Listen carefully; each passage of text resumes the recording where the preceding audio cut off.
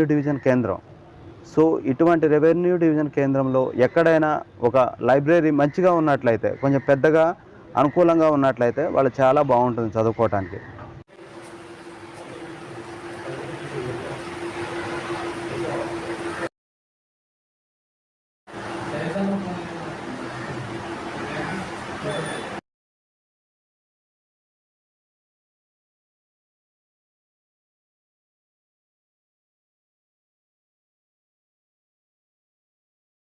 ఇక్కడ కూర్చోవటానికి 10 సీట్స్ అంటే ఇక బయటికి వెళ్ళిపోవడం, మేము లేడీస్ వచ్చినప్పుడు వాళ్ళు ఇబ్బంది పడతారు. ఇక ఇంటికి వెళ్ళిపోవడం, వాళ్ళు వచ్చి ఇక్కడ కంఫర్ట్నెస్ మా వాళ్ళు బాగాలేదని చెప్పి ఖమ్మం వెళ్ళి అక్కడ చదువుకుని ఉన్నారు. ఒక అమ్మాయి రీసెంట్ గా ఇక్కడ నుంచి సత్తుపల్లి వెళ్ళి మరి లైబ్రరీలో చదువుకుంటూ లైబ్రరీకి కల్లూరు నుండి రోజు వెళ్తారా? రోజు వెళ్ళి వచ్చింది. ఎట్లా వెళ్తారు చెప్పారు. అండ్ ఈ లైబ్రరీ బాగలేదని ఈ పాప సత్తుపల్లి వెళ్తుందట చదువుకోవటానికి. అసలు ఏంటో కల్లూరు లైబ్రరీకి వెళ్ళేదా? ఒక 1 or 2 days వెళ్ళాను. అక్కడ మంచిగా అనిపించలే నాకు. అంటే వాష్రూమ్స్ కానీ, బుక్స్ కానీ, కూర్చోడానికి కూడా నాకు కంఫర్ట్ అనిపించలే. సో నాకు అక్కడ చదవడానికి నాకేం అంత లేదు అని ఇంకా నేను సత్తుపల్లి లైబ్రరీ ఉందంటే ఒక 5 members కూర్చోగలరేమో. ఓన్లీ 5 members అక్కడ కూర్చోవచ్చు. సో అక్కడ అట్మాస్ఫియర్ కూడా బాగాలేదు, బుక్స్ లేదు, అండ్ అంత కూలిపోయేటట్టుంది. అంతా బాగాలేదు, అంతా వాష్రూమ్స్ అయితే అసలు లేవు, ఏం లేదు. ఇప్పుడు నువ్వు ఇక్కడ బాగలేదనే ఎక్కడ అది లైబ్రరీ? సత్తుపల్లి బస్ స్టాండ్ దగ్గరలోనే ఉంది సత్తుపల్లి.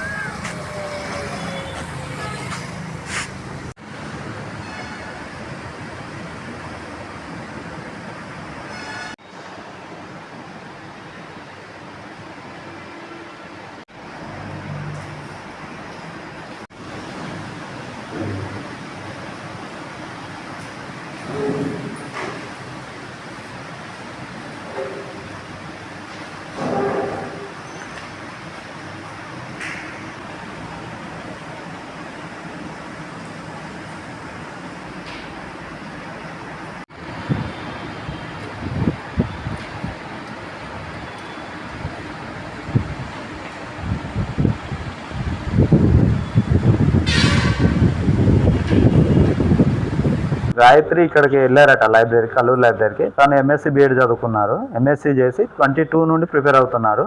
సో 22 నుండి సరైన నోటిఫికేషన్ లేవు, వచ్చిన ఎగ్జామ్స్ పెట్టలే.